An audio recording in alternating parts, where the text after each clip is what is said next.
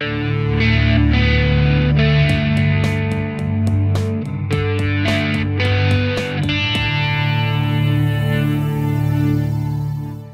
to talk growth and income stocks now with our growth and income stock strategist, Todd Bunton, who joins me to shed some light on a couple of interesting companies, one of which, Lazard, LAZ. Yeah, this company been around for a while. They have two primary segments, asset management side, which is a little over half of their revenue, and a financial advisory side, which is a little less than half the revenue. Is this the company that used to be known as Lazard Frere at one time? They might have. I'm not sure on that. They've been around. I think they're forever, right? Yeah, 1848. You can trace them back to. So I'm sure they've had plenty of name changes over that time. But on the asset management side, business has been very good. $177 billion in assets under management. Over 80% of that is in equities. So you think the strong stock market has helped raise assets under management. They've also seen strong inflows into funds as you see investors start to rotate out of stocks and cash or out of bonds and cash and into stocks. So they're seeing kind of two factors there that are really driving AUM,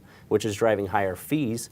And also on the financial advisory side, they do a lot of mergers and acquisitions advising, and that market has started to improve too. So both of their segments are doing pretty well right now. And in fact, if you look, they've delivered 2 consecutive positive earnings surprises, and analysts have been raising their estimates over the last several weeks. If you take a look at the agreement and magnitude of consensus estimates, those are both moving in the right direction, which is why it's a Zacks rank of 2, which is a buy rating. But you can see, analysts have unanimously raised their estimates over the last 60 days, and the magnitude of consensus estimates has increased pretty significantly for both this year and next year. So very good earnings momentum, very good growth story too. Based on consensus estimates that you see there, analysts expect about 25% earnings growth this year and 39% growth next year. On top of that growth, they pay a dividend that yields 2.2%.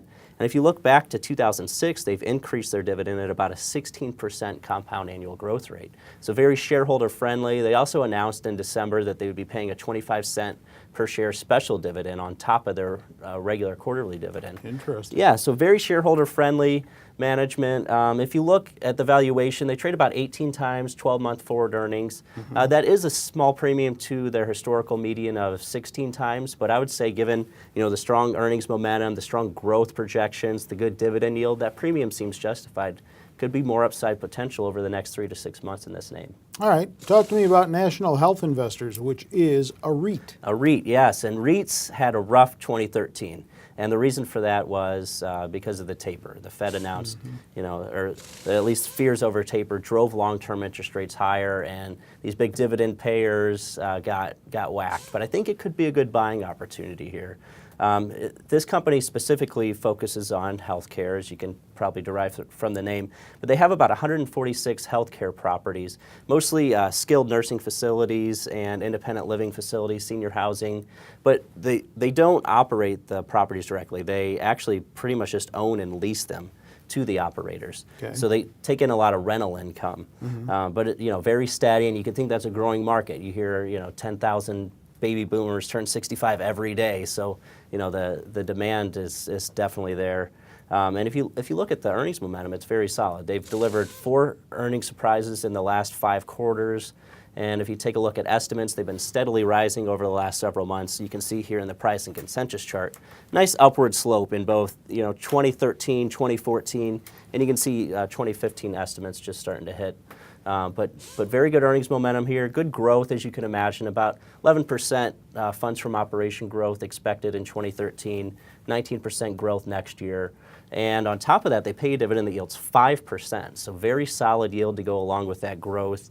And again, that's kind of been a negative for them because they have such a good yield. People have been afraid of REITs because of higher interest rates driving people out of there. But I think it could be a good buying opportunity here because if you look, they traded just 14 times 12-month forward earnings. Historically, they've been at 15 times. So it could be a good buying opportunity if you think that the sell-off has been overdone and you kind of want to go against the grain. It's kind of a contrarian play here. All right, interesting enough. Do you own either of these? I do not. All right, check out other stock picks.